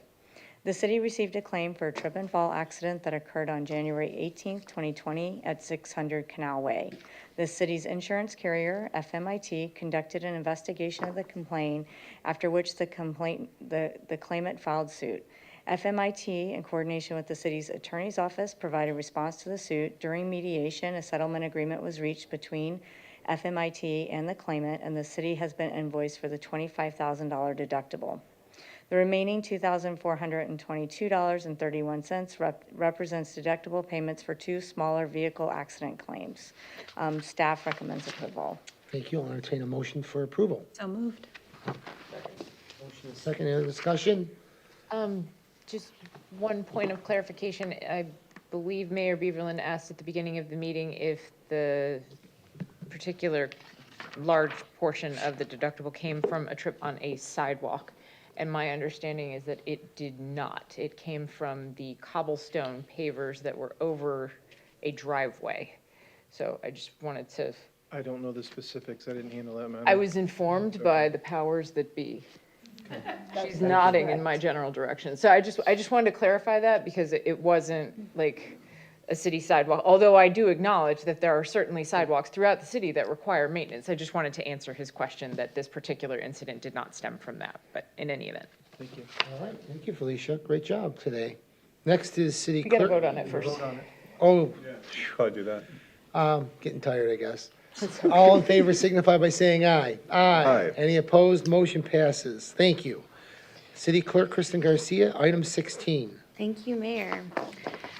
So item 16, consider an agreement for conducting municipal election with the Pinellas County Supervisor of Elections for the municipal election on March 11th, 2025. The Pinellas County Supervisor of Elections conducts the municipal election for the city of Oldsmar. The municipal election for the positions of mayor, council member for seat 4, and council member for seat 4 will be held on March 11th, 2025. And as we stated earlier in the evening, the candidate for council member seat 2 is unopposed and is therefore considered elected. So again, congratulations to council member Tartazeski.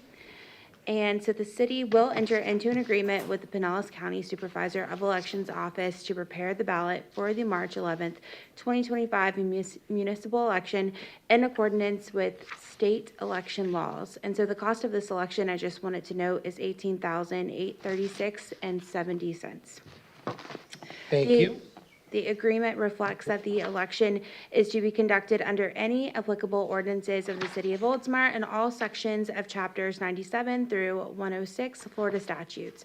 It is understood that the supervisor is in charge of the election and that the county canvassing board is responsible for canvassing the election. The county canvassing board will certify those election results and provide the city with their certificate of election. The agreement is attached to the agenda packet and has been reviewed by the city attorney.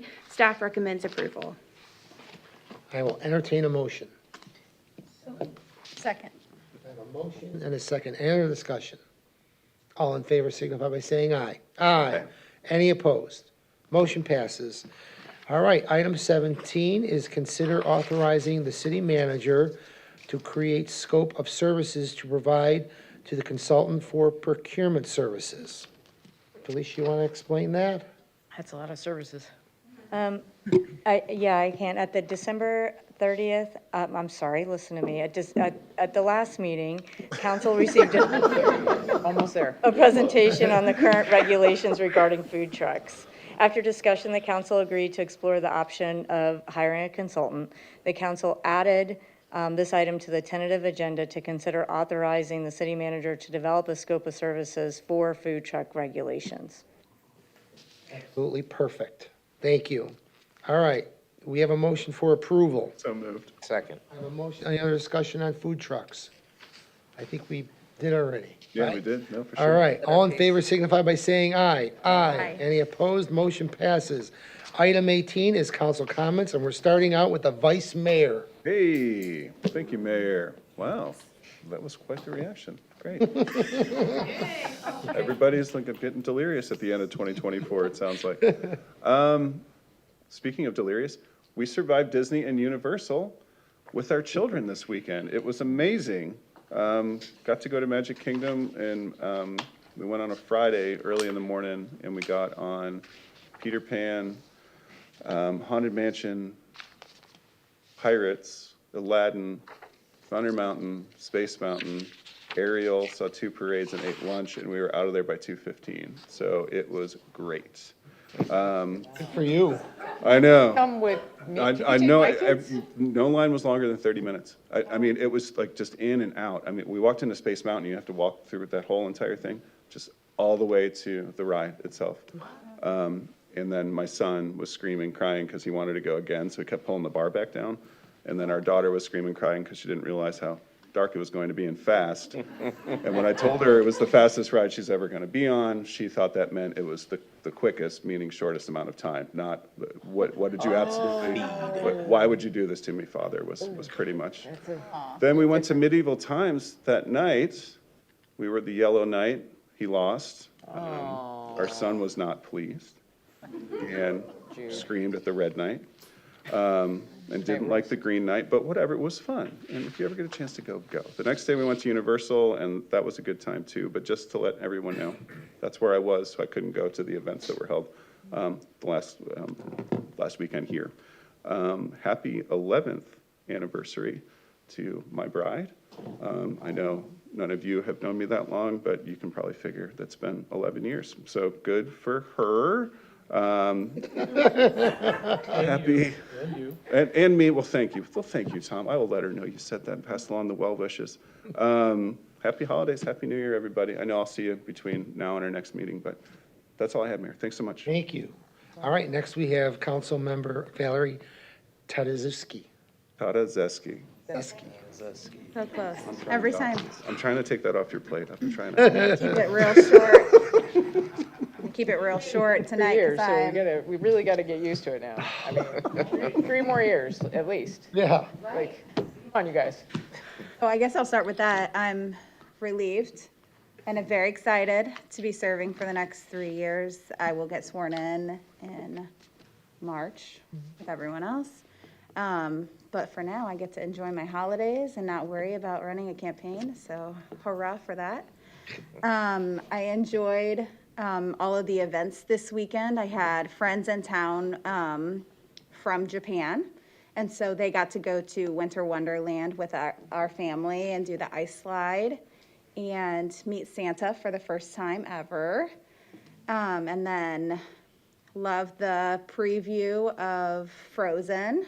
They were very excited about Anna and Elsa being there and wanted to take a picture, and the snow shooting out at the end, that was very cool. All of it was fun. And then they got to see the lighted Christmas, the golf cart parade the next night. And they're all visiting other people now, but before they left, they said, "We love Oldsmar. We feel like it should be our second home. We should just buy another home here and then go back and forth." And I was like, let's just I'll do that there. I'll go to Japan for a little while. They can come to Oldsmar. But they loved our town, and they met a lot of people here, and they went on and on about how nice everyone was and that they thought that our city was beautiful. So it was a proud moment for me, and I was happy to be serving on behalf of the city. So other than that, happy holidays. Have a good new year. Everyone get some rest.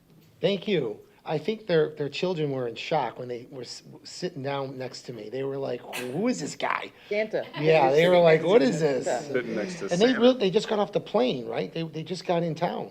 Yeah, yeah. I mean, you could tell they were pretty tired from traveling. Yeah, little kids, so 3 and 1. Oh, wow. So. but Exactly. Well, thank you. Important moment, first time Yeah. meeting Santa, and then also getting to meet the mayor. Oh, there you go. Thank you. All right, next is Councilmember Andrew Knapp. Thank you, Mayor. I'll just kind of echo comments about the Winter Wonderland and the golf cart parade. Chip and his staff did a stellar job of saving the day for the slide. I know that was a little bit of a nerve-wracking moment, but I got the opportunity to take my son down for the first time and nearly take out my daughter in the parallel lane as I spun and rotated. Becoming a nap fan. It is. What's It's the a deal? family tradition of downhill events that end in disaster. I did see the video, and your daughter did, like, jumped up like a champ. It was Yeah. just like, that was fun. Yeah, It was I like, had yeah. what amounted to ice rash on my arm as I slid down and grinded it. But all in all, it was fun. Also, big shout out to Suda for putting on the productions that she does. My daughter loves participating in that, and everybody had a great time watching it. And same with the golf cart parade. I think it was probably the best iteration of it yet in terms of those that were out on the streets watching. Maybe not as many folks participating in it, as far as carts go. But I think the people really enjoyed it, and having that kind of expanded route was a real nice touch. So I think that's all I have. So I'll just say to everybody out there, Merry Christmas, Happy Hanukkah, Happy Kwanzaa, and all those that don't have a major holiday coming up, whether it's you have any other faith or no faith, have a Happy New Year and enjoy those times with those that you're close with, whether it be friends and or family. And look forward to seeing everybody back here in January. Great job. Thank you. Thank you. Councilmember Katie Gannon. Thank you, Mayor. I wanted to congratulate Valerie and wish you a happy birthday as well. Oh, thank you. I'm not sure if you're feeling sick or if somebody around you is sick, but I am on, I mean sick, like cough sick, not I mentally understand. sick. I'm No. not talking about you. I'm insulted either way, but that's fine. I am on day 5 of the Alka-Seltzer Cold and Flu Challenge. So I unfortunately missed some of the events this past weekend, but I loved seeing all the photos and the videos on Facebook. I thought it was really cool that the city shared the video of the making of the snow slide. I always wondered, like, how do you do that? And it was kind of warm that day. But that was really cool that the city shared that. I would encourage more video sharing. That was really neat. The Jeep Parade is tomorrow night. I know it's not like an official event, but it feels pretty official these days. If anybody needs a place to stake out, I am using my front lawn if anybody wants to stop by. I'm grateful that they come every year. I don't know where all of these Jeep people materialize from, but my kids love it. I feel like all the kids in the community love it. They're also lit up just like the golf carts. I think it's awesome.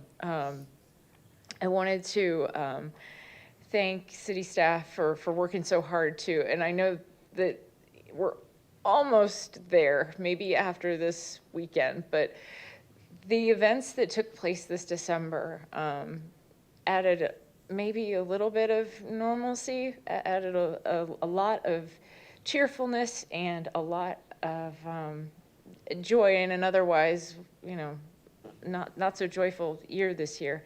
I shared something on social media, and somebody reminded me that it's not the same this year for a lot of people, especially on Country Club. And I won't forget that. I won't forget that. The fire rescue truck came by, and Santa stopped by. I don't believe it was one particular Santa's night. It was Santa's other friend. And I wanted to thank Fire Rescue for continuing that incredible tradition of stopping by and delivering presents to folks and making that extra special effort during the holidays, even though they're probably otherwise very busy. Thank you to, I think she left, but I wanted to thank Joan for this beautiful document. And I'm glad that we have it. I didn't have a chance to read it before the meeting started. We just got this tonight, but this is a beautiful document. And this is something I feel like we've really been missing for a long time. And it's important to us not only for all of the aesthetic and sort of cognitive reasons, it's also very important to us from a budgeting perspective and a maintenance perspective. I really appreciate that there is a suggested donation policy because it's been a little bit ad hoc, and I think it is important to standardize how we maintain various pieces of public art, what we accept, what is our responsibility and someone else's responsibility.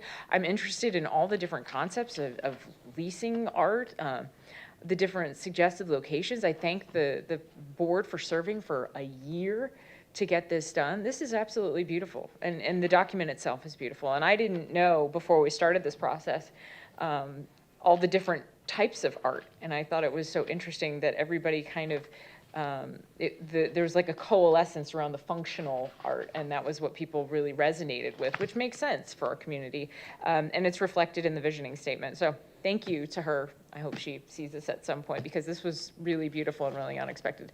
And thank you to Jordan for our new placemat. Barb did that. Oh, really? Yeah. This is beautiful. I love this document. I don't know if you guys know this, but up here at City Council's on the dais, we have in front of us our strategic plan. We have all of our goals, our capital improvement projects, each department's strategic initiatives. We've got our council priorities down here, our new vision and mission statement down here, and we have them from the past as well, which is really cool. And I don't know if you guys keep them, but I keep them because it reminds me how far we've come. And it reminds me of the goals of the past and, of course, the goals of the future. So I was really excited to see this 24-25 document up here. And I'm sure it's already on our website and everything. But it's a lot different to have it right in front of you, especially when we're talking about spending money or saving money or looking at something like a tax exemption. And, okay, then you look down and the top capital improvement projects are staring you right in the face, and you have to decide, where are we going to spend the dollars that we could spend on this or that? It's important to keep at front of mind. So thank you for that. Happy birthday, Tom. Thank you. So nice and quiet tonight. I look forward to seeing everybody at this Saturday's performance of Frozen Junior, long overdue. If you can make it, we're going to try to make it. Hopefully everybody will stay healthy. And wishing all of you a very happy holiday. I see you're rocking the Santa tie, Mayor. Yes, I am. Yes. My father-in-law gave it to me. He's throwing his ties away, and I grabbed it. I feel like there's only so many times a year you can rock a Santa tie, and this is it, you guys. What That's happened? What happened tonight? Andrew stole my bow tie, so I had to wear this. Yeah, sorry. Happens. In I was any hoping you would event, have worn your new bow tie you got. That was a nice bow tie. It wasn't very holiday themed. It was themed appropriately based on who it came from. Yeah, I've never been to theme, I just never have. I don't know. Maybe And- Santa will bring me a Christmas tie this year, and then Maybe. I'll In wear it any I'll wear it at the event- first meeting in January. just a few more shout outs are overdue. Mayor, there were I lost count of how many events Mr. and Mrs. Claus attended this year. These events included the city-based events, of course, but they also included Oldsmar Elementary School's Snowflake Ball. They included a special guest appearance at Ovations Dance Academy, where my daughter does dance. And I think it's very meaningful, and I think it's really cool. Yeah, I enjoy it. I enjoy the kids. It grew out I the kind whole- of shaved, I trimmed I it down. know, but Trimmed it down. It was getting too that furry. was pretty cool. Although we did miss you at the women's club party. I know you had to take a night off, maybe. But No, that was a different night. I wasn't Santa that night. No, you weren't that night. Yeah. But and Ginger could probably verify. I think we had the That's out of the bag. largest.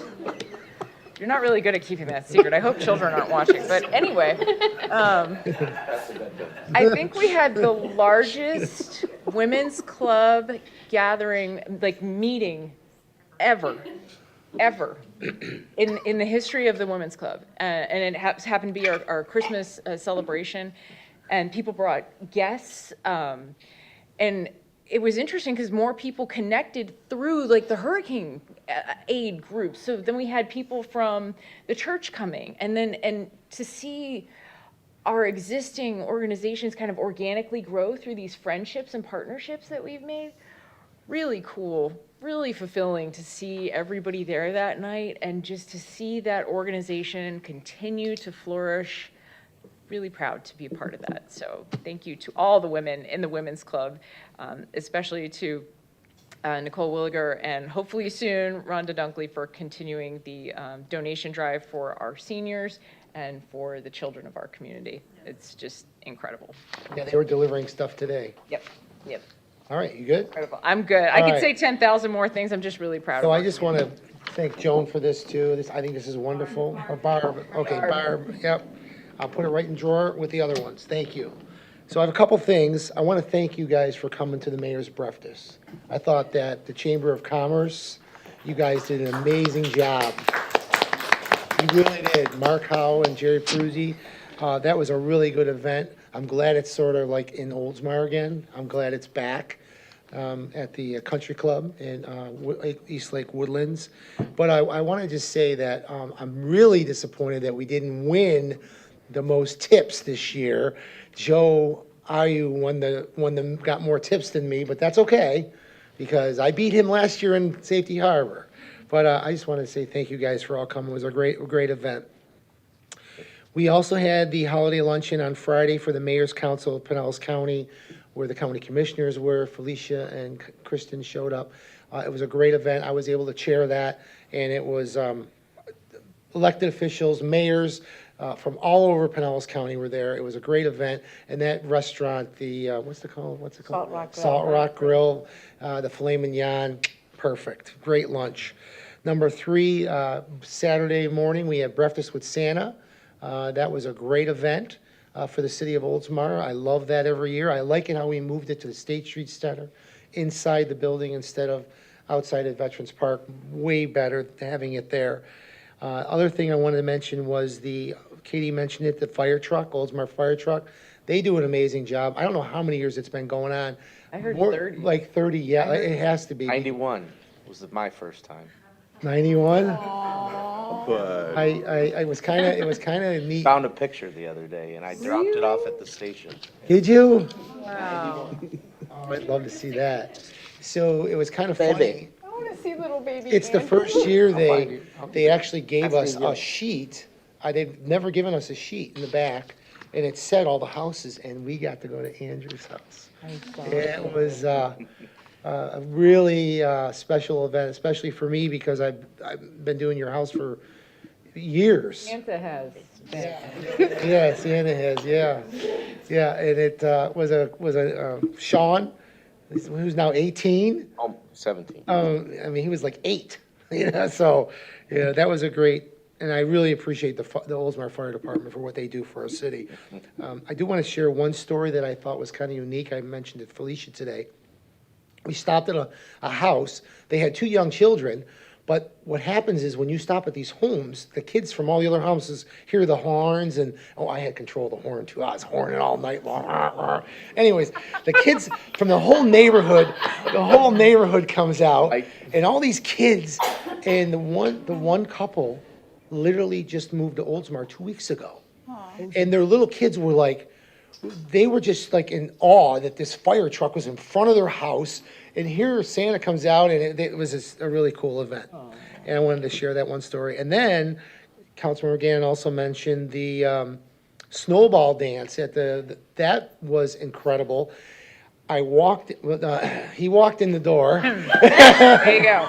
And the dance was going on, so he jumps out and out dancing with the kids. It was a special event that turned out to be one of my favorite of the whole 2 weeks of doing it. And I want to share a story with you. It really touched us. A young boy sat on my lap. I don't know, he had to be 7, maybe 6. And he said, "I'm really sad." And I said, well, how can I help you? What can we do for you? And he said, "We want our house back. We lost our house. Can you help me, please?" And my poor wife just lost it. And I was trying to keep composure, and all I could say was, you gotta be strong, set your goals. Things are gonna turn around for you and your parents. And, you know, it was just one of those really touching stories that got me, that I wanted to share with you guys. And then, other than that, I want to say congratulations to you, Valerie. Thank you. Great, you've worked very hard. I've watched you, and I think what you've done is perfect. You did a great job. I'm very proud of you. Thank you. Yep.